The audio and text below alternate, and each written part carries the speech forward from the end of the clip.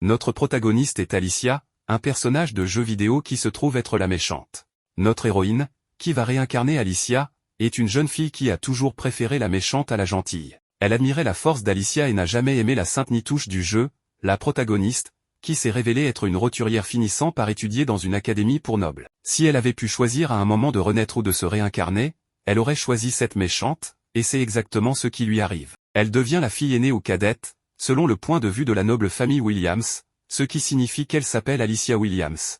Elle a 3 frères, qui dans le jeu, représentent des routes romantiques, ce qui est un peu bizarre. Ses frères s'appellent Albert, Alan et Henry. Alicia a 7 ans et a toujours été paresseuse, ne faisant rien et restant constamment enfermée dans sa chambre. Mais maintenant, elle a décidé qu'elle veut être la meilleure méchante de tous les temps et entrer dans l'histoire. Bien sûr, sa mère et une de ses servantes sont surprises par cette nouvelle énergie et ce changement de comportement. Alicia se rend directement vers ses frères, qui s'entraînaient à l'escrime. Elle demande à son frère Albert de lui apprendre à manier l'épée et de l'entraîner. Mais bien sûr, aucun des 3 frères ne semble très convaincu par sa demande, car elle ne s'était jamais intéressée à ce genre de choses auparavant. Albert accepte, mais à condition qu'elle s'entraîne d'abord une semaine en faisant 100 pompes et 50 abdominaux chaque jour, car il faut de la force pour manier une épée. Alicia prend cela très au sérieux, même si ses frères ne croient pas vraiment que ça fonctionnera. Mais avant tout, elle va commencer à étudier la magie. Pour cela, elle se rend à la bibliothèque de la famille. Il s'avère qu'elle est issue de l'une des familles nobles les plus influentes, car dans ce monde, il y a de la magie, et il existe 5 types de magie de base. Chaque famille qui maîtrise l'un de ces pouvoirs magiques fait partie de la noblesse qui gouverne ce pays. Les 5 magies de base sont les ténèbres, le feu, la lumière, le vent et l'eau. Et en tant que fille de l'une des familles nobles, Alicia est censée avoir une affinité pour la magie des ténèbres. Elle cherche des livres sur ce sujet dans la bibliothèque, mais ne trouve rien. Elle ne trouve que des livres ordinaires. Alors, elle décide de commencer à lire sur les plantes et les choses de ce monde, car elle ne connaît rien de cet univers, qui est très différent de celui dont elle vient. C'est ainsi qu'elle commence sa vie d'études et d'entraînement. Au début, c'est difficile pour elle, mais petit à petit, elle devient plus forte. Toute sa famille est un peu étonnée par son changement, et ils tentent de lui demander ce qu'elle fait. Mais Alicia ne veut donner aucun indice, car en tant que méchante, elle doit donner l'impression qu'elle trame quelque chose. Ce jour-là, son frère Albert doit aller visiter l'académie. Cela signifie qu'elle pourra s'entraîner avec lui jusqu'à l'après-midi. Son frère a maintenant 12 ans et va bientôt entrer à l'académie. Alicia continue d'étudier, et lorsqu'elle se rapproche de l'académie, elle rencontre ses 3 frères ainsi que les autres personnages du jeu, qui représentent différentes routes romantiques. Il y a Eric de la famille Hudson, qui maîtrise la magie de feu, Finn de la famille Smith, qui maîtrise la magie de lumière, Gail de la famille Evans, qui maîtrise la magie du vent, Curtis de la famille Kenwood, qui maîtrise la magie verte, mais le plus important est Duke, le garçon aux cheveux bleus, car c'est le prince, le fils du roi actuel, et il possède la magie de l'eau.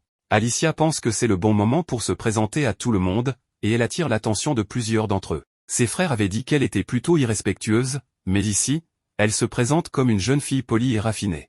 Le prince qui montre le moins d'intérêt est Duke. Mais quand elle rappelle à ses frères qu'ils doivent l'entraîner parce qu'ils l'avaient promis, ils ne veulent pas le faire car ils ne croient pas qu'elle a respecté le programme d'exercice et qu'elle ne peut même pas tenir une épée. Alors, Alicia se met en colère, court vers l'un d'eux, lui prend son épée, frappe un arbre, une pomme tombe et elle la coupe en 2, impressionnant évidemment tout le monde, et surtout le prince Duc, qui à partir de ce moment ne la quitte plus des yeux.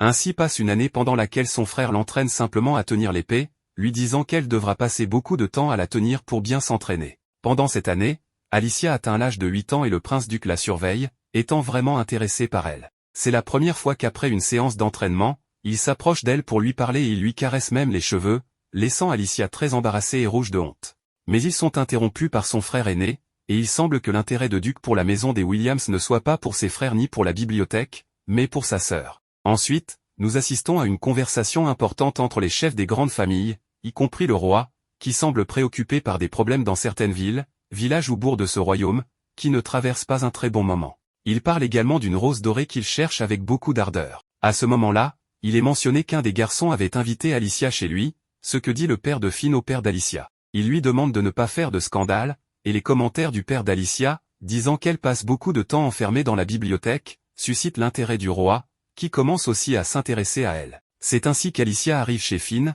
elle est son invitée avec ses frères, et tous les jeunes nobles sont là. Mais ils ne sont pas les seuls à être présents, car le roi, qui est complètement intéressé à lui parler, est également là. Alicia le salue évidemment, et il commence à lui poser des questions sur ce qu'elle pense de la situation actuelle de son royaume, le royaume de Durki. Évidemment, Alicia pense que cela pourrait être un test et, en tant que preuve qu'elle est une bonne méchante, elle lui dit des choses importantes. Bien que Curtis soit en bonne position et économiquement fort, il y a certains problèmes dans plusieurs villages, en particulier ceux dont le roi avait discuté avec les autres chefs des familles nobles. Alicia lui propose une solution, aider un pays voisin à se libérer d'un autre empire, afin de pouvoir commercer avec eux et exploiter leurs mines. Cela constitue un vrai stratagème politique pour réaliser des bénéfices. Le roi est très impressionné par l'intelligence d'Alicia. Après cela, il part, et Alicia impressionne aussi tout le monde après cette conversation. Le roi marche dans les couloirs avec le père de Finn, qui lui dit qu'ils ont trouvé la rose dorée. Alicia, qui a eu une journée assez stressante, peut enfin manger quelque chose, et ce sont toutes des douceurs qu'elle adore. Et bien sûr, celui qui l'observe le plus est le prince-duc, dont les amis s'aperçoivent de son intérêt. Le garçon qui était considéré comme le prince de glace, très froid, a maintenant un sourire chaleureux en regardant Alicia. Plus tard, quand Alicia peut enfin rentrer chez elle, Duc s'approche d'elle pour lui remettre son cadeau. Bien que cela arrive un peu tard, Alicia l'ouvre et découvre que c'est un diamant. Elle est surprise car, dans ce monde, les diamants sont beaucoup plus précieux que dans le sien. D'un autre côté, le roi parlait avec tous les nobles importants, et il s'avère qu'ils ont trouvé une rose dorée qui appartient à un boulanger du village du château.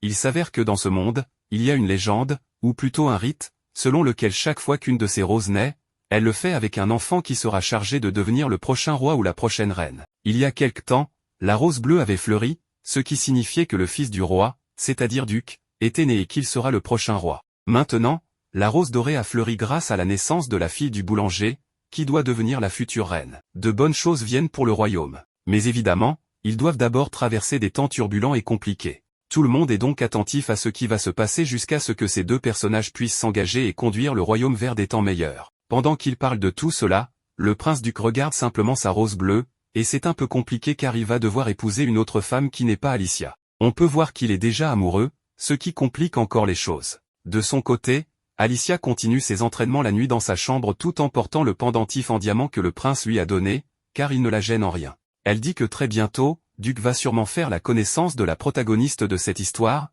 mais même si elle lui demande son pendentif pour le donner à elle, elle ne le lui donnera pas et affichera un visage digne d'une vraie méchante. En parlant du prince, à cet instant, elle lisait un livre tout en remarquant la présence d'un mail, qui était invisible dans la pièce mais qui communiquait qu'il avait envoyé le message demandé à son destinataire respectif à temps. Après cette conversation quelque peu absurde, nous retrouvons Alicia, qui a trouvé une carte de Rohanna, son nouveau monde, et a remarqué qu'il y avait derrière elle une forêt menant à un des villages affamés, ce dont le roi avait parlé, expliquant qu'il souffrait énormément, n'ayant même pas de quoi manger du pain tous les jours. En bonne vilaine, elle devait confirmer les choses par elle-même plutôt que de se contenter de les entendre. Quoi de mieux que d'aller visiter ce lieu?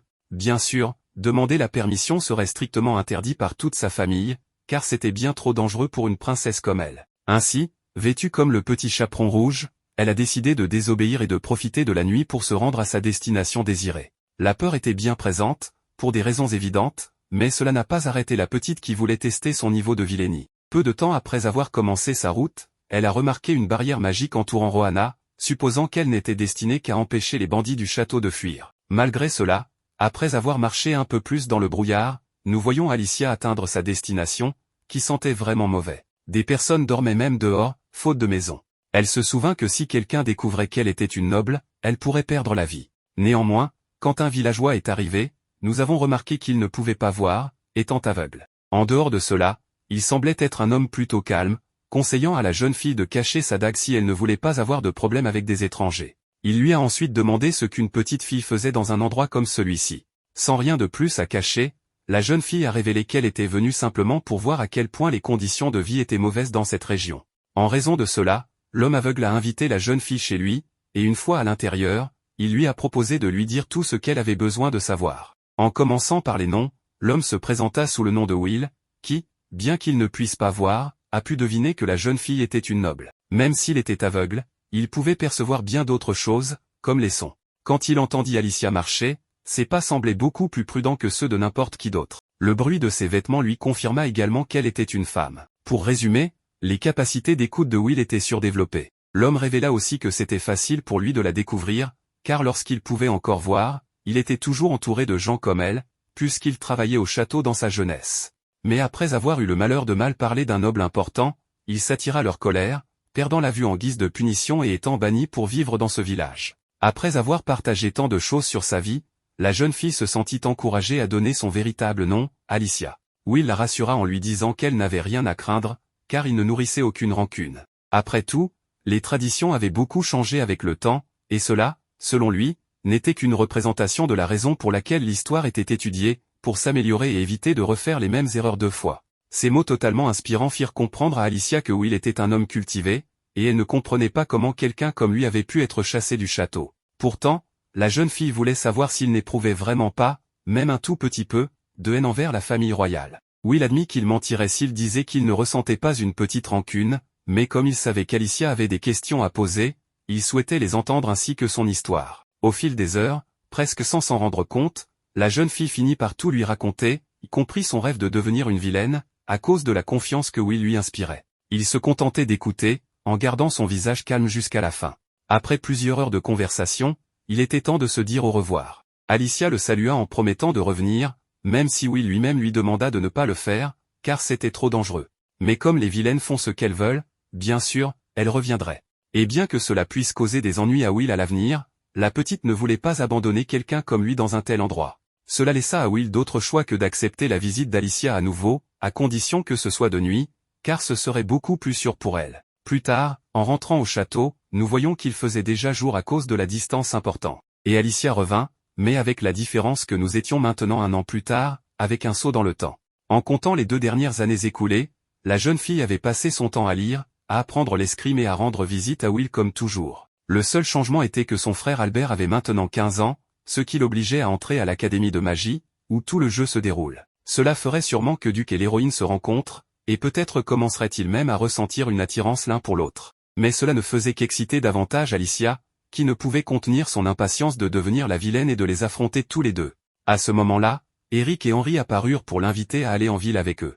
Le premier endroit où ils se rendirent fut la boutique de fleurs, où Paul se présenta comme le propriétaire, spécialisé principalement dans les plantes médicinales, car toute sa famille se spécialisait dans la magie verte. Paul se présenta également comme un noble, mais de rang inférieur, qui aimait réellement les plantes parce qu'elles pouvaient guérir des maladies et aussi apaiser l'âme si elles étaient utilisées correctement.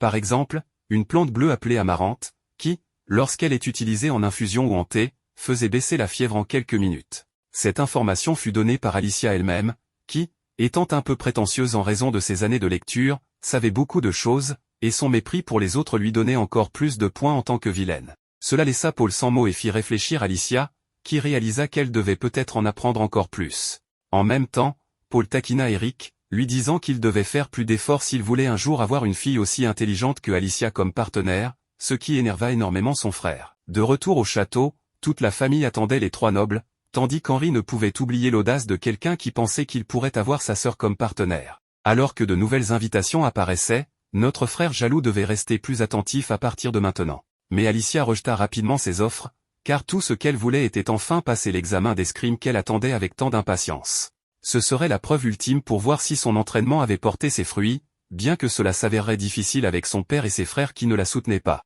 Albert lui rappela qu'elle n'avait que 10 ans et qu'elle était une femme, mais cela n'avait aucune importance pour Alicia, car à leur âge, ses 3 frères avaient déjà passé l'examen. De plus, les femmes pouvaient également le passer. Pourtant, Albert resta ferme dans sa décision de ne pas la laisser passer l'examen. Comme Alicia n'accepterait pas un refus, elle exigea une explication. Cela mit son frère à bout, qui lui demanda immédiatement de se taire. Mais Alicia resta ferme dans sa décision avant de quitter la pièce, ce qui, selon elle, lui donnait encore plus de points en tant que vilaine. Le lendemain, Alicia retourna voir son père pour demander à nouveau la permission de passer l'examen, mais son père continuait à s'inquiéter pour elle, estimant qu'elle était encore trop jeune. Cependant, il lui promit que lorsqu'elle aurait 15 ans et qu'elle entrerait à l'école de magie, il pourrait reparler de cette question.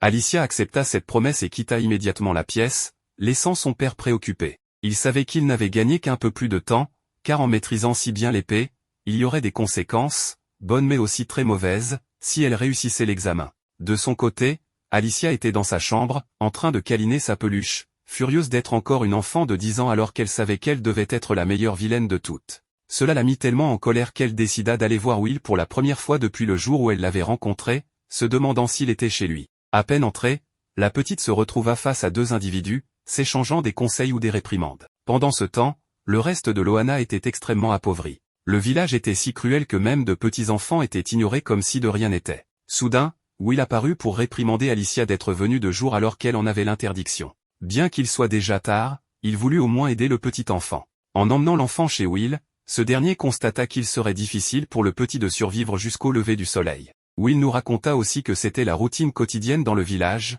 où il rassemblait souvent des enfants pour essayer de leur apprendre les mathématiques et l'écriture, afin de leur donner plus de chance dans l'avenir. Will se souvenait de cet enfant, qui n'avait que 6 ans, mais était assez intelligent, ce qui rendait encore plus triste ce qui lui était arrivé. En même temps, Will tenta de rassurer la jeune Alicia, lui disant qu'elle n'était pas responsable de ce qui se passait à Rohanna. Mais cela fit réfléchir la petite, qui se rappela qu'elle n'avait jamais manqué de rien. Elle avait toujours eu un bon environnement, une bonne éducation, et une famille présente qui lui avait tout donné dès son plus jeune âge. Cependant, naître dans des endroits différents représentait un énorme désavantage, et pour beaucoup, un véritable enfer. Et bien qu'une vilaine comme elle n'avait pas l'obligation d'aider, une héroïne, bien sûr, l'aurait fait. Cette pensée la dégoûta, car ne pas pouvoir faire ce que l'héroïne aurait pu accomplir la rendait furieuse. Le lendemain, elle alla voir Paul pour lui demander un peu d'amarante, et avec beaucoup de gentillesse, il lui en offrit, à condition qu'elle vienne le voir plus souvent. Grâce à la rapidité d'Alicia, Will put améliorer l'état de l'enfant le même jour, mais la petite restait énervée de ne pas avoir été assez forte plus tôt. Elle se promit donc d'étudier encore plus sérieusement. Avec cette motivation en tête, Alicia se dirigea vers sa bibliothèque, où une étagère apparut comme par magie, remplie de grimoires. Elle se mit à les lire aussi vite que possible, constatant qu'à partir du niveau 50, de nombreux sorts devenaient accessibles. Mais elle se rappela aussi qu'à un moment dans l'histoire, certains personnages dépassaient ce niveau, ce qui faisait partie du jeu de ne jamais pouvoir surpasser les protagonistes. Mais cela ne la découragea pas. Elle atteignit le premier niveau de magie, qui consistait à faire léviter des objets, et pour la première fois, elle réussit à faire léviter un livre. Bien qu'il restât des détails à améliorer, sa motivation était à son comble. Après quelques jours de pratique, Alicia atteignit le niveau 5, où elle pouvait déplacer plusieurs objets en même temps. Peu après, son père lui annonça que le roi en personne était venu les visiter à l'improviste et souhaitait parler à Alicia. Cette rencontre souleva beaucoup de questions, notamment de la part du fils du roi, qui révéla simplement qu'il ne savait plus trop comment allait la petite Lia. Lorsqu'ils se retrouvèrent, le roi alla droit au but et lui demanda si elle aimait le royaume. Comme la question lui semblait étrange, le roi reformula en lui demandant ce qu'elle pensait de la façon dont le royaume était gouverné. Se rappelant ce qui s'était passé récemment, Alicia répondit immédiatement qu'elle détestait la gestion actuelle, qu'il y avait des incompétents au pouvoir qui ne pouvaient même pas bien gérer un simple village. Cet affront surprit quelques membres du conseil, mais Alicia continua, affirmant que naître avec du mana te donnait automatiquement un poste en politique, même si tu étais totalement inapte à gouverner. Le roi ignora cette remarque et posa une dernière question à la jeune fille, « Penses-tu que tout ce que tu viens de dire s'applique aussi à toi ?» Alicia répondit rapidement que oui, reconnaissant qu'elle avait simplement eu la chance de naître dans une famille royale. Satisfait de ses réponses, le roi mit fin à l'entretien. Cependant, en sortant, Alicia était plus préoccupée par son manque de sommeil, ayant tant de choses à faire qu'elle n'avait pas bien dormi. Avant qu'elle ne s'évanouisse, le prince-duc arriva juste à temps pour empêcher sa chute. À son réveil, la petite avait beaucoup de fièvre, mais avant de lui donner son médicament, elle reçut un baiser. Alicia se réveille après avoir pris ce médicament et se souvient également du petit baiser que le prince-duc lui a donné, mais elle préfère ne pas y penser, car cela la rend très nerveuse. Elle décide de continuer à chercher l'héroïne, sa rivale. Elle veut donc s'infiltrer dans l'académie pour la trouver et obtenir plus d'informations à son sujet, mais c'est un peu difficile, car l'académie est très grande et elle se perd. Elle voudrait demander de l'aide, mais elle ne trouve personne, et si quelqu'un la voit, on la fera sortir de là, car c'est une enfant. C'est alors qu'elle est trouvée par une étudiante du coin, très gentille, qui s'appelle Liz Carter, qui s'avère être l'héroïne. Alicia ne la connaissait pas parce que le jeu auquel elle avait joué avec cette histoire ne montrait que des silhouettes, et elle ne reconnaissait pas non plus la voix. Mais ici, elle la reconnaît par son nom et le fait qu'elle soit une roturière entrée à l'académie. C'est une fille extrêmement gentille, et sans aucun doute, c'est elle. Alicia pense qu'elle n'est pas encore à son niveau, mais qu'un jour elle le sera. Grâce à son aide, Alicia parvient à atteindre l'aile de l'académie où elle voulait aller. Elle pense que cette fille est très gentille, mais qu'elle doit sûrement subir du harcèlement à l'académie en raison de ses origines roturières. Quand Liz arrive auprès d'autres filles, elle leur dit qu'elle avait trouvé une enfant perdue, mais Alicia s'était déjà cachée. Il s'avère que Liz est très appréciée, et on la voit aussi parler avec le prince-duc. Son histoire raconte qu'on embêtait beaucoup Liz et qu'on lui cachait ses livres, mais c'était le prince qui les cherchait et les lui rendait. Selon les étudiantes présentes, ils forment un très bon couple. Tout cela est entendu par Alicia, qui est un peu énervée, car elle doit maintenant un service à l'héroïne. Petit à petit, elle doit s'améliorer pour être au niveau de cette héroïne et devenir sa rivale. Comme tout le monde est en classe, Alicia se rend à la bibliothèque pour lire les livres qui s'y trouvent. Elle commence à le faire et en profite pour résoudre un problème assez difficile laissé par un professeur sur un tableau. Des filles commencent à parler de cela dans une salle où se trouve le prince-duc et son frère Albert, et en entendant la description, ils savent qu'il s'agit d'Alicia. Ils viennent la chercher, et il s'avère que l'une de ces solutions concerne la façon de résoudre certains problèmes politiques et économiques, ce qui correspond bien au comportement d'une vilaine, notamment en manipulant d'autres pays pour en tirer profit. Son frère la taquine un peu, et plus tard, chez elle, Alicia, en se promenant dans les couloirs, entend son père parler avec Johan d'un diverge et qu'il doit faire quelque chose. Alicia entre, et son père remarque qu'elle a écouté. Il lui demande alors combien elle a entendu. Alicia dit qu'elle a entendu que Lise était une divergente, mais qu'elle ne semblait pas être une mauvaise personne et qu'elle ne constituait pas un problème pour le pays, donc il n'y avait pas de raison de s'inquiéter. Pourtant, personne n'avait mentionné ce nom, c'était Alicia qui l'avait fait, car elle connaissait déjà toute l'histoire. Malgré cela, Johan Evans propose d'effacer la mémoire d'Alicia pour qu'elle ne se souvienne de rien et ne puisse rien dire. Finalement, il décide de ne pas le faire, se contentant de lui demander de garder le silence. Alicia continue d'explorer ses capacités magiques et peut utiliser la magie noire jusqu'au niveau 10, ce qui est assez puissant. Cependant, pour purifier les rivières de Loana, une ville pleine de criminels, elle aurait besoin d'une magie de niveau 25 ou plus. Elle pense qu'elle pourrait peut-être essayer de le faire, et même y parvenir. À ce moment-là, son frère arrive pour la chercher, car ils ont de la visite, et c'est Lise qui est venue pour le thé. Lise raconte ce qui s'était passé entre elle et Alicia, et semble en profiter pour flirter un peu avec son frère. Alicia se retrouve avec quelques nobles et Lise, qui discutent du prochain festival scolaire et de ce qu'ils vont y faire. Alicia dit qu'elle ne devrait pas être là, car elle ne fréquente pas l'académie, mais comme c'est une célébration ouverte à tous, elle pourrait aussi proposer des idées. Elle commence à penser à ce qu'elle pourrait faire de mal, surtout pour ennuyer ou embarrasser Lise, car elle reste sa rivale. Cependant, elle ne trouve rien de vraiment utile, car la seule chose à laquelle elle pense est de la traiter de roturière, ce qui n'est pas au niveau d'une véritable vilaine. Elle envisage aussi de se rapprocher du prince-duc pendant le festival et de lui dire qu'il lui appartient, mais cela reviendrait à se déclarer, donc ce n'est pas une option. Finalement, elle suggère que Lise, qui peut utiliser les 4 types de magie, pourrait faire une démonstration devant tout le monde, pensant que cela mettrait Lise dans l'embarras. Mais Lise est ravie de cette idée, et les autres l'approuvent également, ce qui fait échouer le plan d'Alicia. Elle essaie de se comporter de manière impolie avec Lise pour montrer qu'elle est une vilaine, surtout lorsque Lise lui propose de monter sur scène, mais cela ne fonctionne pas très bien, car elles ne se connaissent pas encore suffisamment, et il leur faudrait plus de temps pour se rapprocher. Lise est trop gentille, et Alicia ne trouve aucun moyen de l'attaquer. Ensuite, Lise bombarde Alicia de questions, sans lui laisser le temps de respirer, bien que ces questions ne soient pas particulièrement intéressantes. À un moment donné, Alicia utilise sa magie pour attirer une marguerite d'un vase à proximité et l'offre à Lise, en disant que c'est une fleur parfaite pour une personne aussi bonne qu'elle. Tout le monde est surpris, car il semble qu'Alicia soit une divergente, puisqu'elle a seulement 10 ans et peut déjà utiliser la magie. Alicia est ensuite envoyée dans sa chambre, car la situation doit être réglée. Cependant, grâce aux paroles aimables de Lise, elle se sent un peu plus rassurée, bien qu'elle pense que la véritable divergente est en fait Lise. Plus tard, Alicia parle avec quelqu'un qui lui explique qu'il est inhabituel qu'une enfant de 10 ans puisse utiliser la magie, car cela commence généralement à se manifester à 13 ans, lorsqu'on entre à l'académie.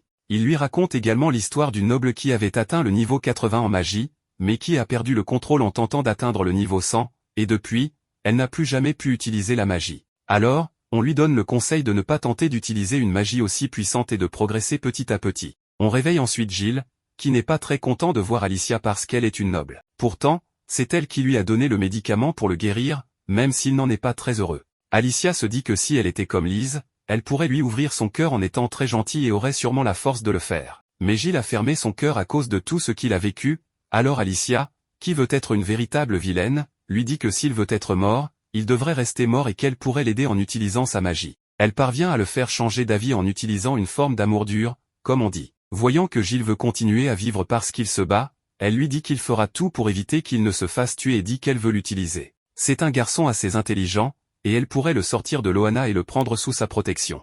Gilles lui demande pourquoi elle ferait cela, et elle lui dit de ne pas y penser, qu'elle l'aide simplement parce qu'elle veut l'utiliser comme un outil, vu son intelligence. Gilles comprend alors, mais reste perplexe. Paul intervient pour dire qu'elle est un peu bizarre, mais qu'au fond, c'est une bonne fille. Même si Alicia essaie de paraître comme une vilaine, cela ne fonctionne pas vraiment. Par la suite, son père parle avec le roi et d'autres leaders des familles nobles au sujet du fait qu'Alicia est une divergente et pourrait être la future héritière, celle qui devrait se marier avec le prince. Mais cela ne peut pas être, car celle qui peut utiliser les 4 types de magie, c'est Lise, la roturière. De plus, la rose dorée est née à sa naissance, ce qui indique qu'elle est l'élue. Ainsi, bien qu'il soit inhabituel qu'Alicia puisse utiliser la magie si jeune, cela reste moins surprenant, car elle appartient à une famille noble. Pour l'instant, il la laisse tranquille, mais le roi demande qu'on lui enseigne à maîtriser son pouvoir pour éviter qu'elle ne perde le contrôle. Il autorise également Alicia à entrer à l'académie de magie un an plus tôt, lorsqu'elle aura 13 ans. Alicia s'entraîne alors, et en l'espace de 3 ans, elle atteint le niveau 80, ce qui surprend tout le monde, y compris le roi. Comme il l'avait promis, elle peut intégrer l'académie de magie un an plus tôt. Mais ce n'est pas tout, le roi lui demande également si elle veut bien devenir la protectrice de Liz Carter, pour veiller sur elle. Le roi a demandé à notre méchante de ne pas être la gardienne de la sainte ou de Liz, mais plutôt de l'aider à progresser. Liz est devenue très célèbre à l'académie et tout le monde l'adore. Les gens sont devenus plus des adulateurs que de simples admirateurs. Ses essais sur ce qui devrait être fait pour le bien des autres et le monde sont un peu simplistes et basiques. Comme le roi sait qu'Alicia est très intelligente et directe, il veut qu'elle aide Liz à s'améliorer. Le roi demande à Alicia si elle connaît l'histoire de la sainte. Évidemment, Alicia la connaît bien, car elle sait comment se déroule l'histoire. Il est dit qu'un jour, une fille aimée des dieux, en l'occurrence Liz, apparaîtra. Elle est très puissante, très belle, et mènera le royaume à une ère de prospérité. Mais si Liz est tout cela, sauf intelligente, les choses vont se compliquer. Le père d'Alicia ne veut pas qu'elle prenne ce rôle, car toute personne qui s'oppose à Liz devient un paria du fait que tout le monde l'aime et ne voit en elle que sa gentillesse et sa beauté. Quand Alicia apprend qu'elle sera une paria et que tout le monde la détestera, elle décide d'accepter ce rôle de méchante. Après avoir raconté tout cela à Giles et à Will, ils ne comprennent pas pourquoi elle fait tout cela, mais elle explique qu'elle ne l'a pas fait gratuitement, elle a demandé que Giles puisse quitter Loana et devienne son serviteur. Bien que Giles ne soit pas convaincu, car les serviteurs des nobles doivent également être de naissance noble, Alicia insiste sur le fait qu'elle a réussi à obtenir cela car ce qu'elle fait est important. Will est surpris, car c'est la première fois que quelqu'un peut quitter Loana. Alicia lui demande s'il veut également quitter le village pour retourner au château, car elle a pensé à en parler au roi. Mais Will, étant un délinquant, a déjà accepté de continuer à vivre là-bas. Beaucoup de choses ne peuvent pas encore changer à Loana. En rentrant chez elle, Alicia trouve une fille gravement blessée qui lui demande de l'aide. Elle réfléchit et la porte au centre du village, où se trouve une fontaine d'eau très polluée, qui ne peut pas être utilisée pour la soigner. Malgré la foule qui l'entoure, elle utilise sa magie pour purifier l'eau et s'occuper de la fille, qui a des brûlures graves et une jambe gangrenée. Giles et Will disent qu'elle n'a pas d'avenir et qu'elle va mourir. Pour éviter que les gens ne voient ce qui se passe, Alicia utilise une barrière magique. Alicia, bien qu'hésitante, décide de faire de son mieux et utilise une magie puissante pour guérir les blessures de la fille. Mais elle n'a pas d'autre choix que de lui couper la jambe gangrenée, ce qui fait croire aux gens, en dehors de la barrière, qu'elle l'a tuée. Après avoir sauvé la fille, cette dernière la remercie, même si elle n'est pas ravie d'avoir perdu sa jambe. Alicia retire la barrière et présente la fille, Rebecca, comme la sauveuse du village, défiant ainsi l'héroïne Liz, qui viendra un jour à Loana. Elle dit à Rebecca qu'à partir de maintenant, elle sera sa servante et son informatrice, lui rapportant tout ce qui se passe dans le village. C'est ainsi qu'Alicia la récompense pour l'avoir sauvée. Will et Giles ne comprennent pas ce qu'Alicia fait, mais plus tard, Alicia leur explique que, pour aider Liz, elle a besoin de connaître tout ce qui se passe à Loana. Elle avait donc besoin d'une informatrice que les gens voient comme une héroïne, pour lui rapporter les problèmes du village. Finalement, Giles et Alicia quittent Loana, accompagnés par les adieux de Will. Il veut rester là après tout, car il veut voir comment Loana va changer pour le mieux. Évidemment, il ne pourra pas le voir littéralement, comme il le dit lui-même, car il est aveugle. Mais il veut être présent, et c'est ainsi que Giles quitte cette zone horrible de Loana et atteint le monde extérieur, le monde des libres, où tout peut enfin changer complètement. Alicia va à l'académie avec son nouveau serviteur, Giles. Son père lui fait ses adieux et, comme il lui avait promis de lui dire pourquoi il ne l'avait pas laissé prendre des cours d'escrime lorsqu'elle entrerait à l'académie, il lui explique simplement qu'il ne l'avait pas laissé faire parce qu'elle était trop douée. C'était une réponse assez brève par rapport à ce qu'elle attendait, mais finalement, elle l'a pris comme un compliment. À l'académie, les rumeurs et les bavardages commencent à propos d'Alicia, la nouvelle qui est entrée avec un permis spécial. 3 filles très gentilles s'approchent d'elle, mentionnant qu'elles connaissent son frère et que Liz avait déjà parlé d'Alicia. Elle commence à lui toucher les cheveux, et c'est là qu'Alicia commence son rôle de méchante, elle leur tape sur les mains et leur dit de reculer, les traitant de curieuses et de dégoûtantes. Clairement, elles ne l'ont pas bien pris, mais Liz apparaît pour voir Alicia. Les autres accusent Alicia de ce qui s'est passé, et Liz, toujours polie, suggère qu'il faut aussi du courage pour demander pardon et demande à Alicia de s'excuser. Mais il est évident qu'Alicia ne va pas le faire, elle va rester dans son rôle de méchante et continuer à s'opposer à Liz.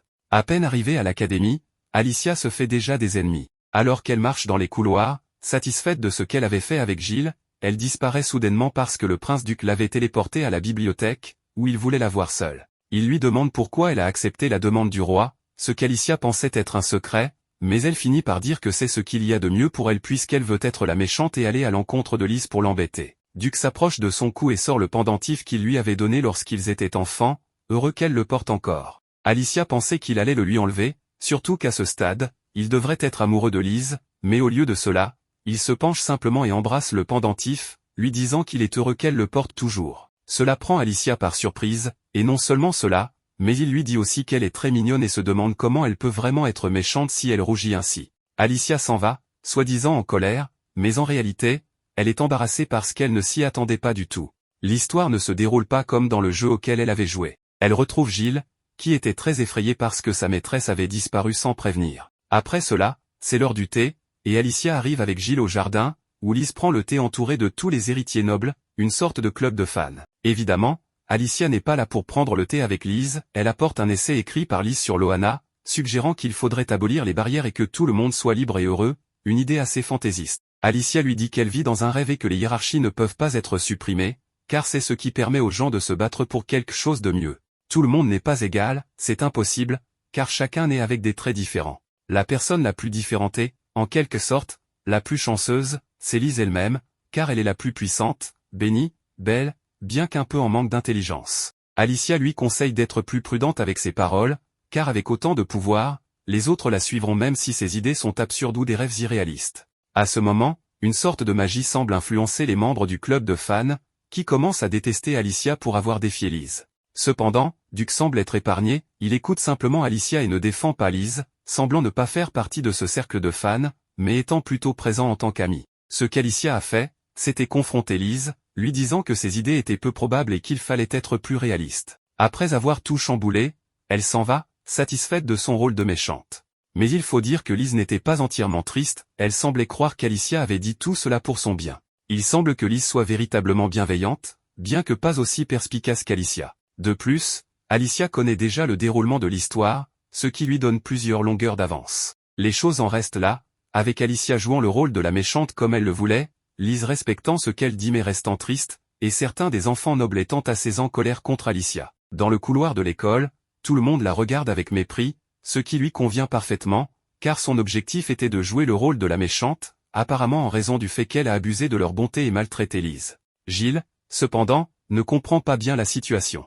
Certes, Lise a pu dire des choses gentilles sur Loana, mais elle ne fait en réalité que s'asseoir et boire du thé. Alicia, en tant que mentor, doit la guider vers quelque chose de mieux, mais elle ne le fera évidemment pas avec douceur. Bientôt, ils devront retourner à Loana pour parler avec Rebecca et Will. Avant cela, Alicia doit terminer ses tâches, et Gilles la taquine en disant qu'elle est une méchante très appliquée. Lorsqu'elle rencontre Rebecca et Will, elle veut savoir ce que les gens pensent. Tous sont mécontents de la population extérieure de Loana et craignent que, si jamais ils pouvaient sortir, ils détruiraient tout.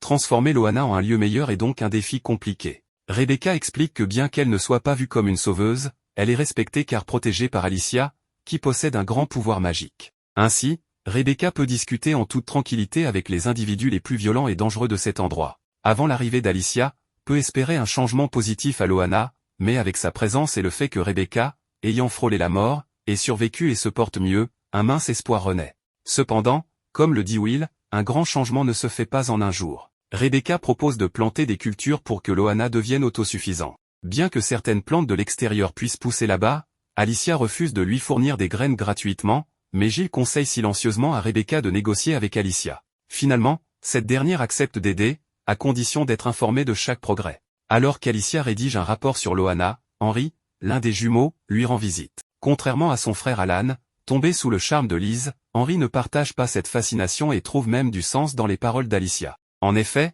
Alan et Henry se sont éloignés, Alan étant maintenant séduit par Lise, ce qui a changé leur relation fraternelle. Henry interroge Alicia sur ses intentions envers Alice, mais elle reste discrète. Il lui apporte également une invitation pour prendre le thé avec le roi, un événement où, dans le jeu, seule l'héroïne était invitée, et non la méchante. Un des frères demande à Alicia de ne pas faire d'impertinence, mais elle compte bien jouer son rôle. Avec la présence de Lise, Alicia perçoit cette invitation comme une épreuve de la part du roi pour évaluer son rôle de mentor. Lorsque la réunion commence, le roi annonce un cadre informel, mais malgré cela, l'atmosphère reste tendue. Plusieurs personnes en viennent naturellement à détester Alicia pour son opposition à Lise. Cependant, deux personnages restent neutres, sans prendre parti pour l'une ou l'autre, tandis que son frère Henri a également subi des changements par rapport à l'histoire originale du jeu qu'elle connaît. Mais le personnage le plus changé est sans doute elle-même, car elle n'avait même pas été invitée à cette réunion. De plus, dans le jeu, le prince est censé toujours rester près de Lise et lui sourire. Cependant,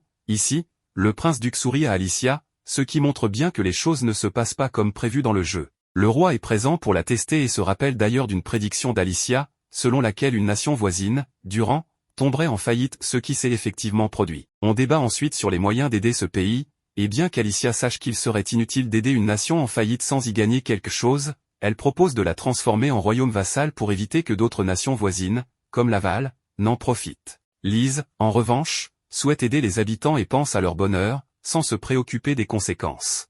Malgré cela, la logique d'Alicia convainc plusieurs partisans de Lise, et le roi reconnaît son intelligence. Le prince-duc est également impressionné. À la fin de la réunion, Lise devient le centre de l'attention. Alicia s'éloigne alors, mais elle rencontre Duc qui la cherchait, car elle s'était perdue dans le palais. Le sourire du prince envers elle semble sincère, ce qui représente un autre changement par rapport au jeu. Plus tard, alors qu'Alicia s'entraîne à l'escrime, Henri s'approche de Gilles, mais celui-ci reste distant, car il ne fait confiance qu'à Alicia. Henri conseille à Gilles de se renforcer et de ne pas dévoiler ses sentiments envers elle, car cela pourrait représenter une faiblesse. Gilles comprend et promet de ne pas causer de problème, bien qu'Alicia, qui entend la conversation, affirme qu'il n'y a aucun souci.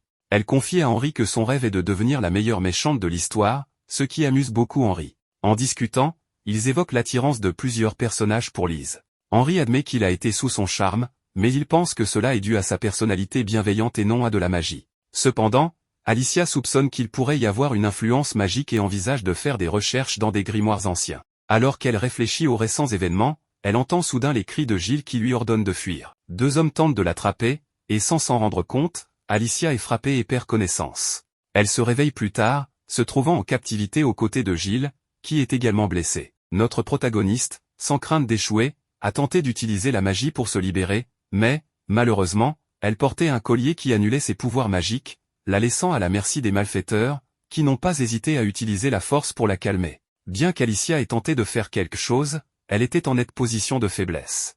Voyant que les voleurs ne tireraient aucun avantage de la situation, ils ont décidé de les éliminer. Cependant, Alicia a réussi à assommer un des hommes d'un coup et a demandé à Gilles de fuir, mais cela s'est avéré impossible à cause de sa jambe cassée, laissant Alicia perplexe, car dans le jeu, personne n'était jamais enlevé. Désespérée, Alicia a atteint une étagère, s'est libérée et s'est armée, immobilisant rapidement son ennemi. Le chef des ravisseurs a alors tenté de la tuer, mais il a été surpassé par les couteaux d'Alicia, qui, se voyant sans autre option, a pris la fuite. Cependant, pour sa malchance, elle était prête à lui ôter la vie si une magie étrange, exécutée par Lise, ne l'avait pas arrêtée. Lise avait mal interprété la situation en voyant Alicia attaquer. Malgré ses efforts pour clarifier qui était réellement le méchant, Alicia a failli perdre la vie, mais elle a été sauvée par le prince, qui a maîtrisé l'homme d'un seul coup. La garde est arrivée et a arrêté les coupables. Bien que Duc fût blessé, il a minimisé la gravité de sa blessure, tandis qu'Alicia expliquait ce qui s'était passé. Henri s'est occupé de Gilles,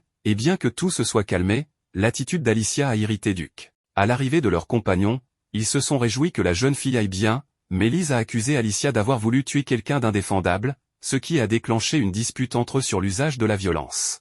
Alicia, en colère, a demandé à son frère s'il n'utiliserait pas son épée si quelqu'un menaçait sa famille. Cependant, Lise a insisté sur le fait que la violence est le pire des chemins, une position qu'Alicia a jugée absurde après avoir failli perdre la vie. Lise a affirmé que si Alicia avait eu foi et avait attendu, rien de mal ne se serait passé, ce qui a seulement amené Alicia à remettre en question le type d'héroïne qu'elle souhaitait devenir. À ce moment-là, une brise glaciale est apparue de nulle part, provoquée par Sa Majesté, qui a affirmé que ce n'était pas grâce à la foi de Lise qu'Alicia avait été sauvée. Duc a soutenu Alicia, assurant que si elle n'avait pas agi, la vie de Gilles serait en danger. Sans peur, Duc a déclaré que quelqu'un avec des idées aussi stupides ne pouvait pas être la sainte de ce monde. Curtis est intervenu pour arrêter le conflit et a commencé à soigner Alicia. Bien qu'elle lui en soit reconnaissante, elle était aussi agacée, car l'un de ses dents s'était desserré à cause du coup de l'ennemi. Duc, irrité, n'a pas permis à Lise d'intervenir dans les soins, ce qui a encore plus contrarié Lise. Alicia, de son côté, a demandé à la sainte si c'était si difficile de voir la réalité sans vivre une vie idéale, ce qui l'a laissée songeuse. Duc a porté Alicia dans ses bras pour l'emmener se faire soigner, ce qui a fait penser à Lise que le prince pouvait ressentir quelque chose pour elle, ce qui pourrait poser problème. Mais Duc, ignorant les plaintes d'Alicia de ne pas être traitée comme une enfant, lui a demandé de ne plus risquer sa vie, révélant que presque la perdre lui avait fait ressentir une émotion intense. Cela a fait comprendre à Alicia que peut-être Duc avait des sentiments pour elle, bien que, se rappelant qu'il était destiné à la héroïne, elle n'y voyait pas de sens. Finalement, Alicia a commencé à se détendre et s'est endormie. À son réveil, elle a trouvé Duc allongé à côté d'elle et dans un lit qui n'était pas le sien, ce qui l'a troublée. Alors qu'elle tentait de comprendre ce qui se passait, elle luttait avec ses propres pensées jusqu'à ce que Duc se réveille soudainement, simplement pour lui rappeler de ne pas oublier son pendentif, qui avait apparemment été pris par l'un des voleurs. Après lui avoir rendu son pendentif, Duc estimait qu'il était temps pour un autre baiser passionné, mais l'arrivée impromptue de Gilles, sans frapper, l'a fait basculer de l'autre côté du lit à cause de la poussée embarrassée d'Alicia. Bien que Henri ne désapprouva pas la relation de sa sœur, il demanda au prince de ne pas aller trop loin, ce que Duc assura n'avoir jamais fait. Pourtant, Gilles demanda pourquoi il n'avait pas de chemise, ce qui accentua l'embarras. Avec le temps, le jeune garçon nous informe que, grâce à la magie de Henri, sa jambe a complètement guéri. Ensuite, nous voyons de nouveau la dent d'Alicia, que Gilles souhaitait réparer par magie, bien que cela fût possible mais compliqué, donc un nouveau finirait par pousser. Gilles décida de garder la dent en souvenir de cette journée, afin de ne jamais oublier ce qui s'était passé et le fait de ne pas avoir pu sauver sa maîtresse, bien que celle-ci lui confirma qu'il avait fait de son mieux. Le pendentif fut offert au jeune garçon tandis que Henri et le prince se réjouissaient de l'excellent serviteur qu'ils avaient. Cela permit également d'identifier le coupable, qu'Henri avait découvert comme étant un étudiant de l'Académie Noménil, de la famille Johnson. Alicia ne se souvenait pas de lui, mais Henri rappela qu'il était un fervent admirateur de Lise, ce qui laissait Alicia perplexe, car elle devrait désormais trouver un moyen de gérer cela, bien qu'Henri mentionna qu'il était quasiment mort lors de sa dernière rencontre avec Duc. Le prince ajouta que la famille royale avait également infligé un autre châtiment à la famille Johnson en raison de ce délit grave, ce qui rendit Alicia triste de ne pas avoir pu faire grand-chose. Duc révéla que son père avait probablement quelque chose à voir avec l'attaque, ce qu'Alicia comprenait comme une opportunité pour entraîner Lise. Lorsque le prince interrogea le coupable, celui-ci dévoila que le roi lui-même l'avait envoyé pour informer Lise des problèmes, en guise de simple épreuve. Cela surprit Gilles, qui pensait qu'une sainte ne devait pas être aussi importante, mais Alicia savait que les légendes disaient que la sainte sauvait le royaume. Duc s'excusa alors auprès d'Alicia, expliquant que son père était obsédé par cette légende. Gilles demanda à Duc s'il se marierait avec Lise en tant que prince, car la légende disait également que la sainte était destinée au prince. Bien qu'Alicia réalisa que Duc avait des sentiments pour elle, elle pensait que son destin était plus grand. Cependant, Duc rejeta ses idées de destin, affirmant qu'il déciderait lui-même de son bonheur. Plus tard, Gilles s'excusa d'avoir trop posé de questions, assurant qu'il voulait seulement comprendre les intentions de Duc, pour savoir s'il finirait par se marier avec Lise, alors qu'il draguait Alicia ouvertement. Gilles lui demanda également si son statut de roturier n'était pas un problème pour fréquenter la famille royale, mais Duc assura que le statut n'avait aucune importance, car ils partageaient tous deux le désir de protéger Alicia. En arrivant à la bibliothèque, Alicia commença à réfléchir à comment devenir plus forte pour ne plus revivre cette expérience. En tentant un sort avancé de niveau 80, elle se rendit compte de la difficulté, mais Gilles lui assura qu'elle n'avait pas besoin d'augmenter davantage ses pouvoirs. Cependant, en tant que « méchante », Alicia n'aimait pas se contenter de peu. Gilles la taquina en suggérant qu'elle devrait se marier avec le prince pour simplifier les choses, ce qu'Alicia jugea sans mérite, car elle voulait être reconnue pour ses propres efforts. À ce moment-là, une servante appela Alicia pour parler à son père, qui lui dit que sa mission de surveiller Lise était terminée. Malgré le danger de sa mission et l'inimitié de ses compagnons, son père lui suggéra d'attendre encore 2 ans pour retourner à l'académie. Alicia insista pour avoir une autre chance, malgré un petit échec. Son père lui posa alors la condition d'atteindre le niveau 90 pour continuer son travail. Acceptant ce défi, Alicia se rendit dans une maison isolée pour s'entraîner à atteindre ce niveau aussi rapidement que possible afin de rester à l'académie de magie. Ainsi, un mois passa en un clin d'œil et Gilles venait tous les jours rendre visite à Alicia de manière indirecte, même l'une de ses servantes lui apportait des provisions. Cependant, comme la barrière était si puissante, il fallait recourir à un autre sortilège spécial pour faire passer des objets inertes à travers elle, tout cela pour qu'Alicia puisse garder sa concentration. Bien que la servante pensait que sa maîtresse se sentait peut-être un peu seule, Gilles ne trouvait pas nécessaire de s'apitoyer sur les efforts des autres. Ensuite, le jeune garçon se rendit dans la salle des domestiques pour savourer la délicieuse nourriture qu'il préparait. Gilles bénéficiait d'un permis spécial pour manger la même chose que sa maîtresse Lia, mais pour lui, la nourriture des domestiques semblait être un vrai luxe, car venant d'un milieu modeste, il n'avait pas eu l'habitude de tels repas. Cela rendit les domestiques un peu émus pour Gilles, mais pour lui, ce repas était vraiment spécial grâce à Alicia, qui avait tant fait pour lui. Après avoir mangé, il se dirigea vers la bibliothèque pour se mettre au niveau de sa protectrice, même s'il n'était qu'un simple roturier avec un peu de chance. Sa détermination à devenir plus fort était palpable. Plus tard dans la journée, le père d'Alicia arriva pour le saluer et lui offrir une potion spéciale, appelée un Abel, qui permettait de traverser la barrière magique du village du jeune homme. Gilles comprit cela comme un signe qu'on voulait le chasser maintenant qu'Alicia n'était plus là pour le protéger dans cette maison réservée aux nobles. Mais en réalité, le père d'Alicia ne venait pas le chasser, il lui donnait simplement la potion qu'il offrait toujours à sa fille, pensant qu'il en aurait peut-être besoin.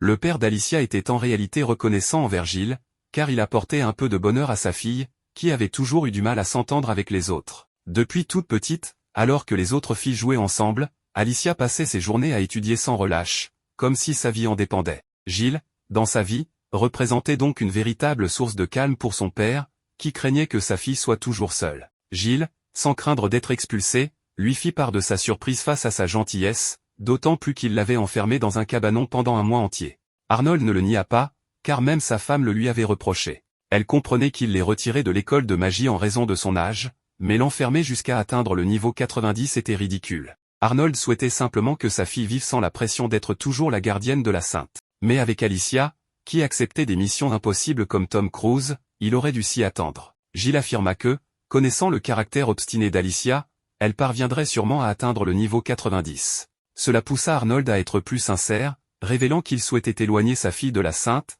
car elle risquait de se mettre en danger. En effet, même son fils Albert avait changé depuis qu'il l'avait rencontré, ce qui était étrange. Le roi, suite à un incident qu'il avait lui-même provoqué, vint même s'excuser en personne et lui confia le pouvoir de renoncer à son rôle de gardienne, même si, au fond, il souhaitait qu'Alicia continue à remplir cette mission.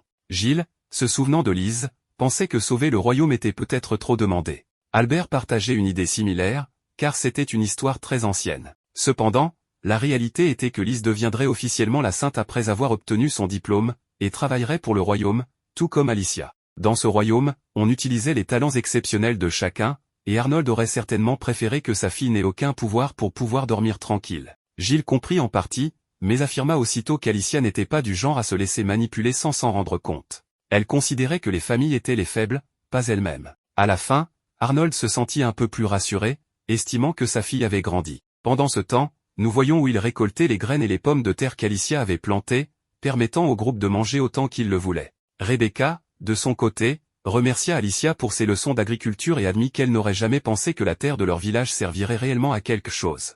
Tout ce qu'elle désirait, c'était revoir Alicia pour la remercier de tout ce qu'elle avait fait. Cela fit penser à Will qu'Alicia avait pris la peine d'apprendre à cultiver par elle-même, car après tout, l'art de planter des pommes de terre n'était pas vraiment utile à un noble. C'est alors qu'un voleur apparut pour voler les récoltes, faisant courir Rebecca à sa poursuite. Cependant, un grand gaillard, Nat, intervint d'un coup pour l'arrêter, curieux de savoir qui pouvait être assez fou pour cultiver autant en pensant qu'il ne risquait rien. Mais Rebecca, toujours optimiste, invita simplement sa famille. Il pensait que quelques gardes ne seraient pas de trop, mais Nat s'inquiétait davantage de faire confiance à Alicia, car il n'était pas sûr de ses intentions. Après tout, elle pouvait simplement agir par caprice. De plus, cela faisait environ un mois qu'elle n'était pas venue les voir, ce qui montrait clairement qu'elle en avait peut-être assez de faire semblant d'être aimable avec eux. Malgré tout, Will et elle continuaient de la soutenir, ce que Nat trouvait purement hypocrite. De son côté, Rebecca affirmait qu'elle ne pensait pas qu'Alicia soit une mauvaise personne, et que même si elle les aidait par caprice, cela n'avait pas vraiment d'importance, car elle leur avait appris à cultiver. Si elle voulait vraiment les aider, il aurait été plus simple de leur donner du poisson, mais elle avait choisi de leur apprendre à pêcher, ce qui avait apporté un peu de joie et d'espoir au village.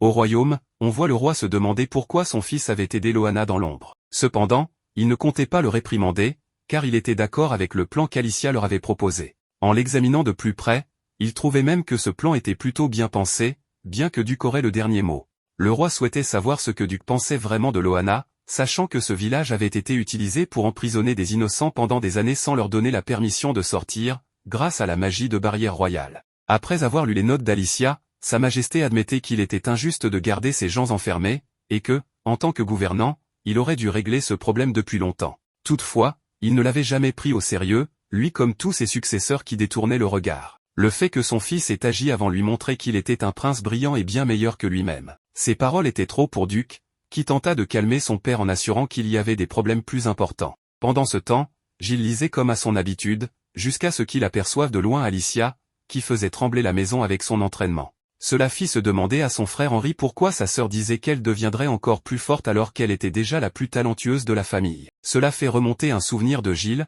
lorsqu'Alicia s'entraînait avec son épée, malgré qu'elle était considérée comme la meilleure de la maison. Alicia affirmait qu'elle devait devenir plus forte pour améliorer sa magie. Même si Giles souhaitait savoir combien de temps il lui faudrait pour atteindre Liz, celle-ci lui répondit qu'il n'y parviendrait jamais, peu importe combien il s'entraînerait, car elle est une prodige. En arrivant à l'académie, Henry rencontra Duke et lui annonça qu'Alicia s'entraînait toujours, ce qui le rendit triste. D'autres élèves interprétèrent cela comme si Duke devait éviter de croiser son regard. Henry calma la situation en disant que les gens parlaient juste pour parler, mais cela n'importait pas à Duke, qui déclara que la prochaine fois, il ne ferait pas qu'expulser les élèves, mais les enverrait aussi à l'échafaud. Curtis apparut alors pour lui demander de quoi il parlait, bien que Duke n'avait aucune envie de parler avec un flatteur. Quand Henry mentionna les rumeurs sans fondement concernant sa sœur, Curtis révéla que cela pouvait être lié aux vieilles rumeurs sur le fait qu'Alicia rendait visite à Duke la nuit, ce qui nourrissait les commérages actuels. Alors que Duke est sur les nerfs, Liz entre en scène pour jouer la sainte, mais Duke n'était pas du tout d'humeur pour cela. Pendant ce temps, il continue d'entendre les rumeurs sur Alicia, ce qui le contrarie encore plus. Sans tarder, Duke se barre de cette scène à la noix, mais cela énerve Albert qui s'excuse auprès de Liz car il pense que sa sœur est la cause du comportement de Duke. Après cela, Finn retrouve le prince pour lui faire remarquer que des filles autrefois qui avaient une dent contre Liz, commencent à l'aduler, ce qui le pousse à dire que Liz utilise la magie pour conquérir le cœur des gens. Le prince parla ensuite avec Mel, qui était dans l'eau, pour qu'il enquête sur Liz et ce qu'elle faisait pour que tout le monde l'apprécie autant, suspectant une magie rare de haut rang. 2 ans passèrent, et Giles reçut des macarons d'Henry, les friandises préférées d'Alicia. Celle-ci avait encore 6 mois avant que Liz ne soit diplômée. Alors qu'elle prenait plus de temps que prévu, Henry se rappela que le niveau 90 n'était pas facile à atteindre. Un jour, une servante annonça qu'Alicia avait enfin terminé son entraînement, levant sa barrière magique. Giles se précipita pour la voir, découvrant une Alicia bien plus grande et magnifique, qui eut du mal à le reconnaître tant il avait grandi. Même ainsi, le jeune garçon ne savait pas quoi dire après ne pas l'avoir vue pendant si longtemps. Alicia lui-même était perdue, bien qu'il ait voulu partir immédiatement pour Loana sans attendre. Le voyage commença sur le champ. Il pensa qu'il serait peut-être préférable de saluer toute sa famille ou ses amis qu'il n'avait pas vus depuis un moment. Mais Alicia insistait toujours, elle devait se rendre à Loana, ayant enfin appris ce dont elle avait tant besoin. Loana faisait maintenant partie d'elle. Cependant, à son arrivée, la jeune femme découvrit un village complètement transformé. Selon le garçon, tout le monde avait travaillé d'arrache-pied sous la direction de Rebecca, qui avait grandement contribué. À ce moment, Nat apparut et Giles le présenta comme le garde du village. Nat était là, en partie, pour remercier Alicia de son aide, affirmant que c'était la première année où aucun enfant n'avait succombé à la faim. Pourtant, il ne put s'empêcher d'exprimer ses doutes sur elle, ce qu'Alicia trouva normal dans de telles circonstances. Nat alla droit au but, demandant quel genre de personne disparaît aussi longtemps avant de réapparaître comme si de rien n'était. Il insinuait qu'en tant que noble, elle jouait simplement avec Rebecca et les habitants du village pour s'amuser. Giles tenta d'expliquer qu'Alicia n'avait pas pu venir plus tôt à cause de son entraînement rigoureux.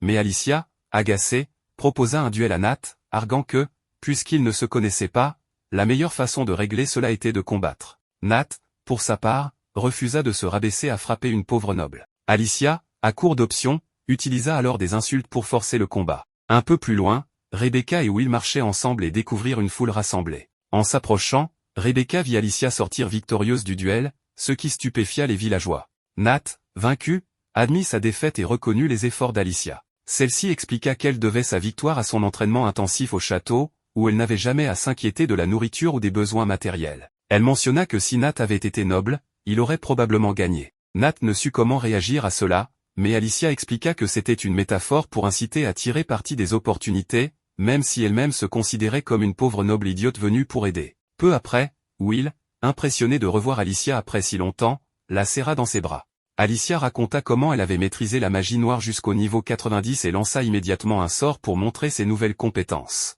Elle utilisa une ancienne incantation pour renouveler un pacte, transférant une partie de son propre corps à Will pour lui redonner la vue. Mais ce sort impliquait qu'Alicia et Will perdent chacun un œil. Will, choqué, déclara qu'un tel sacrifice était inutile. Alicia insista, affirmant que c'était son désir personnel, convaincu que Will n'abuserait jamais de ce cadeau. Will, ému, profita de cette chance pour voir Giles et le reste du village. Après plusieurs heures, Alicia décida de rentrer chez elle. En chemin, elle remarqua que son œil perdu ne lui causait aucune douleur, bien que son apparence l'inquiétât, surtout la réaction de son père, qui était très protecteur. À son retour, son père s'évanouit en la voyant. Lorsqu'il revint à lui, Alicia expliqua qu'elle avait volontairement donné son œil à quelqu'un. Elle s'excusa de ne pas être la fille parfaite qu'il méritait, mais affirma qu'elle continuerait à suivre ses propres choix. Arnold, son père, la rassura en promettant qu'il continuerait à la traiter comme sa fille bien-aimée. Il la félicita également pour avoir atteint le niveau 90, ce qui faisait d'elle la nouvelle protectrice de Liz Carter.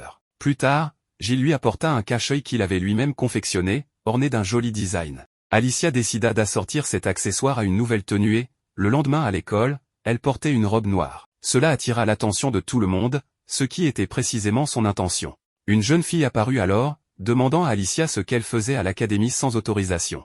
Alicia, ne la reconnaissant pas, lui demanda si elle était une fidèle de Liz, à en juger par son attitude similaire à celle des autres possédés. La jeune fille, cherchant à irriter Alicia, affirma que sa présence ici était techniquement interdite jusqu'à la semaine suivante. Alicia, agacée, préféra ignorer ces remarques, jugeant que cette fille ne voyait les choses qu'en surface. Les rivales étaient inexistantes pour elle, bien que Liz ait affirmé que l'important se trouvait toujours à l'intérieur, comme elle l'avait toujours dit. Elle ne niait pas non plus sa phrase selon laquelle ceux qui ne regardent que l'extérieur sont pathétiques, et elle avait bien raison. Après tout, on venait de la critiquer uniquement pour sa tenue vestimentaire ce jour-là. Pour répondre à la critique, Alicia remarqua que celle qui lui parlait, visiblement négligée, avait les cheveux en désordre avec des pointes fourchues. De plus, porter une jupe si courte ne faisait que rendre ses jambes plus épaisses, et son nœud mal attaché montrait clairement à quel point cette étudiante était désinvolte, même dans un lieu prestigieux comme celui-ci. Malgré cela, l'étudiante était heureuse que Liz la trouve adorable telle qu'elle était. Cela parut étrange à Alicia, qui pensa que peut-être Liz l'avait qualifiée de mignonne uniquement pour éviter de regarder ces vilaines taches de rousseur que tout le monde trouvait répugnantes. Avant que la situation ne dégénère, Liz apparut pour comprendre ce qui s'était passé, ayant entendu que son amie avait été insultée sur son physique par Alicia. Cependant, Liz voulut d'abord entendre la version d'Alicia, qui, sans peur, affirma que son amie négligée avait raison et qu'il n'y avait rien de mal à dire la vérité à ces gens. Malgré cette attitude, Liz avait établi une règle importante, écouter toujours les deux versions.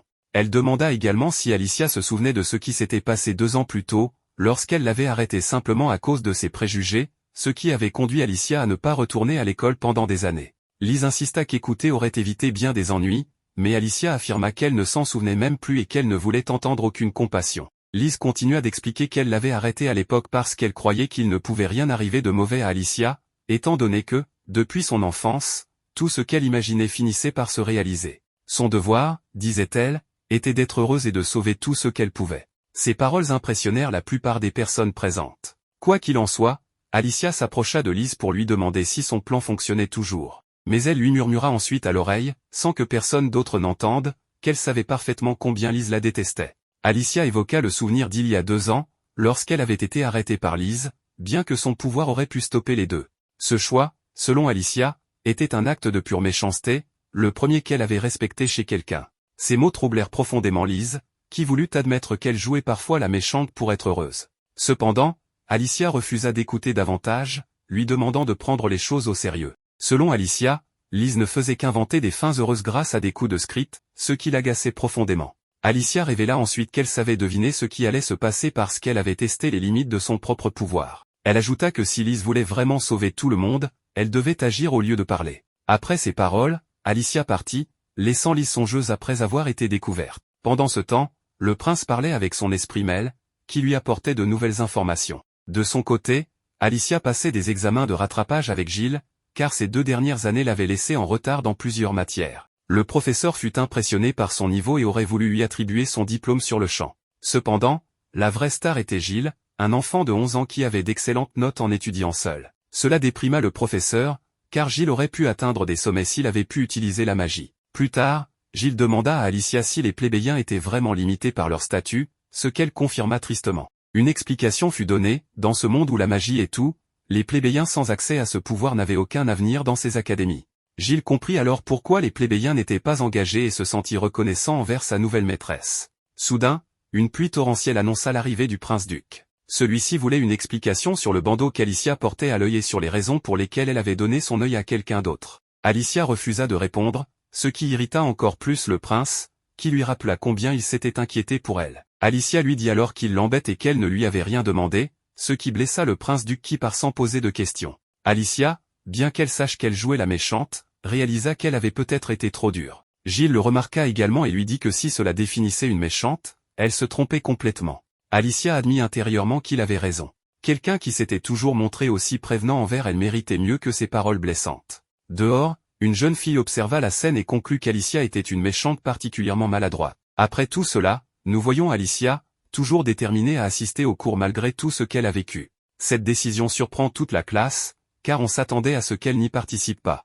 Bien qu'Alicia affirme que ses cours seront sûrement ennuyeux en raison de leur niveau inférieur, elle sait pertinemment qu'elle a dû étudier intensément pour réussir l'examen qui lui a permis d'intégrer cette classe. Malgré cela, ses paroles provoquent l'antipathie immédiate des autres élèves. Cependant, Lise intervient pour calmer la situation, en leur suggérant de bien s'entendre avec Alicia, car elle est désormais leur amie. Une remarque qu'Alicia ignore, mais pas le prince, assis au premier rang. Les cours se terminent, et Lise est la seule à s'approcher d'Alicia pour lui proposer de déjeuner ensemble afin de renforcer leur amitié. Comme toujours, Alicia rejette son offre, affirmant qu'elles n'ont pas les mêmes idées. Mais Lise n'est pas prête à abandonner. Elle se rappelle que tout ce qu'elle a toujours désiré s'est finalement réalisé, et elle veut sincèrement devenir une amie authentique pour Alicia. Elle comprend qu'elle ne doit pas prendre pour acquis que tout le monde l'appréciera d'emblée et décide de repartir à zéro pour établir une vraie relation d'amitié. Même si nous connaissons déjà la réponse d'Alicia, Lise la devance en lui demandant, avec sincérité, une chance de devenir son amie. Cette demande laisse Alicia réfléchir, peut-être que cette camarade ne la déteste pas et est une véritable héroïne. Alicia souligne que les filles comme Lise sont aimées par tous et deviendra évidemment la partenaire idéale du prince. Alicia refuse son invitation, ce qui conclut l'échange et elle quitte la pièce pour aller manger avec Gilles, tout en se demandant s'il est raisonnable de se comparer à Lise, elle qui est une véritable méchante. De son côté, Gilles remarque qu'Alicia n'a jamais semblé aussi troublée que ce jour-là. Il lui suggère de s'éloigner de Duc pendant un moment pour découvrir ses véritables sentiments. S'il s'avère qu'elle l'oublie facilement, cela signifierait qu'il n'a pas beaucoup d'importance pour elle. Cependant, cette approche pourrait donner l'impression qu'Alicia fuit les situations, ce qu'une méchante digne de ce nom ne ferait jamais. Alicia conclut donc qu'elle doit rester fidèle à elle-même. Pendant le déjeuner, les autres étudiants mangent ensemble. Lise, ayant fini, remarque que Duc semble triste. Ne voulant pas intervenir directement, elle hésite, mais Alicia surprend tout le monde en se moquant ouvertement de Duc, affirmant qu'elle espérait presque le voir pleurer à cause de la situation. Elle lui rappelle qu'elle n'a jamais demandé son aide, tout en avouant être touchée par le fait qu'il se soit préoccupé d'elle. Alicia s'excuse pour son comportement passé, ce qui surprend les autres élèves, mais agace aussi Alicia, qui reproche à Duc son manque de sincérité dans l'expression de ses désirs. Elle lui fait comprendre qu'attendre des autres qu'ils devinent leurs sentiments sans les exprimer clairement est une absurdité. Cette fois, Alicia affirme qu'elle ferait tout pour protéger ses proches, même si cela impliquait de perdre une autre partie de son corps. Ces paroles apaisent Duc et renforcent leur confiance mutuelle. Cependant, Lise, nerveuse, ressent que ses propres sentiments influencent les autres étudiants. Elle interrompt leur échange en parlant à Duc du festival de musique, ce qui oblige le prince à partir. Bien que Lise ressente une légère douleur, elle prend congé d'Alicia avec un sourire. Une fois seule, Alicia célèbre en silence, comprenant que Lise l'a finalement acceptée comme rivale. Néanmoins, une partie d'elle sait qu'il est trop tôt pour se réjouir, car cette rivalité est surtout liée à l'amour. À ce moment, une élève arrive en suppliant Alicia de l'aider, l'invitant à la suivre dans le jardin. Intriguée par la situation, notre protagoniste ignore complètement la demande et s'éloigne. L'élève, frustré, jette alors ses livres par terre, ce qui pousse une Alicia, soudainement aimable, à l'aider avant de repartir. Peu après, nous voyons Alicia rejoindre son frère pour une réunion autour d'un thé. Son frère, visiblement mécontent de la voir, se fait rapidement rappeler par Alicia qu'elle n'attendait rien de lui. Lise tente de calmer la situation, affirmant être heureuse de la voir ici. Alicia explique qu'elle est venue seulement parce qu'une élève l'a harcelée pour venir. C'est alors que Jane fait son apparition, révélant qu'elle est celle qui l'a appelée, afin de régler certaines affaires. En raison du fait que son amie Malika avait été insultée par elle, il fallait maintenant régler les comptes. Tout cela fit comprendre clairement à Alicia le piège dans lequel elle s'était engagée. Mais en tant que méchante, elle n'avait pas d'autre choix que de les affronter, tout en étant accusée d'avoir harcelé Malika par haine envers Lise. Ces derniers temps, Malika avait souffert de harcèlement de la part d'Alicia, qui se défoulait sur elle. Pourtant, notre héroïne savait qu'elle ne connaissait même pas Malika et n'avait parlé qu'une seule fois avec elle. Cependant, Jane, prête pour l'occasion, montra un objet particulier servant de preuve. Cet objet enregistrait les voix, et Alicia put entendre sa propre voix. Évidemment, la partie où Malika jetait ses cahiers ressemblait à un cri de pitié, tandis que la magie d'Alicia semblait être une punition. Jane tenta immédiatement d'expliquer, mais Alicia savait déjà que l'objet avait été trafiqué. Pour aggraver les choses, la magie de la Terre, utilisée ici, n'était pas sa spécialité, ce qui rendait tout cela encore plus suspect. Malgré cela, Alicia considéra ce moment comme une opportunité pour se prouver en tant que méchante. Quand Lise demanda une explication, affirmant que Malika avait toujours été une bonne fille ne méritant pas un tel traitement, ses paroles poussèrent Alicia à rappeler à tout le monde qu'il jugeait mal. Malika n'était pas aussi innocente qu'il le pensait, ce qui mit en colère tous les élèves, renforçant l'image d'Alicia en tant que méchant. Alors qu'Alicia semblait savourer ce moment, une jeune fille appelée Carole intervint. Elle défia Jane, affirmant qu'il était étrange de désigner une seule personne comme coupable sans lui donner la chance de se défendre. Bien qu'Alicia ne se souvenait pas de qui était Carole, Jane continua à critiquer Malika, déclarant qu'elle avait eu le courage de se défendre. Cependant, Carole insista sur le fait qu'écouter une seule version était injuste. Pour Jane, tout cela n'était qu'un piège, ce qui fit trembler Carole. Malgré cela, Alicia ne voulut pas commettre la même erreur qu'avec Duke et resta prudente. Jane exigea une autre preuve pour soutenir Alicia. Mel, une autre élève, affirma avoir une version non modifiée de l'enregistrement, où Alicia semblait beaucoup plus calme. Cette révélation poussa tout le monde à demander des explications. Malika confessa que c'était Jane qui avait orchestré tout cela. Cette déclaration mit le groupe mal à l'aise, bien qu'il n'aimait pas Alicia. Jane justifia ses actes en disant qu'elle avait agi pour Liz, qui était constamment insultée par Alicia. Voyant cela, Liz s'excusa auprès d'Alicia, cependant, Alicia, comprenant la situation, rejeta ses excuses, préférant ne pas porter la faute pour quelque chose qu'elle n'avait pas faite. Mel, quant à elle, demanda à parler à Alicia en privé. Elle se présenta comme sa plus grande admiratrice, admirant ses cheveux noirs brillants, sa peau claire et ses paroles tranchantes. Elle avoua également détester Liz, qu'elle considérait comme quelqu'un qui s'immisçait dans la vie des autres. Par la suite, il fut révélé que Mel possédait un talent exceptionnel pour la magie de la Terre, ce qui lui permettait d'espionner sans être vu ni entendu. Duke, le prince, expliqua qu'il avait envoyé Mel pour surveiller Alicia après avoir remarqué comment elle était traitée à l'école. Touchée par ces paroles, Alicia pardonna à Duke. Elle commence à rougir et embarrassée par Gilles qui lui dit qu'elle est amoureuse de Duke, elle part en prétextant qu'elle avait encore beaucoup à faire. Plus tard, elle retrouva Will, qui avait amélioré de nombreuses choses dans leur village grâce à une nouvelle vision. Il révéla alors qu'il était le frère aîné de Luxeker, l'actuel roi du royaume.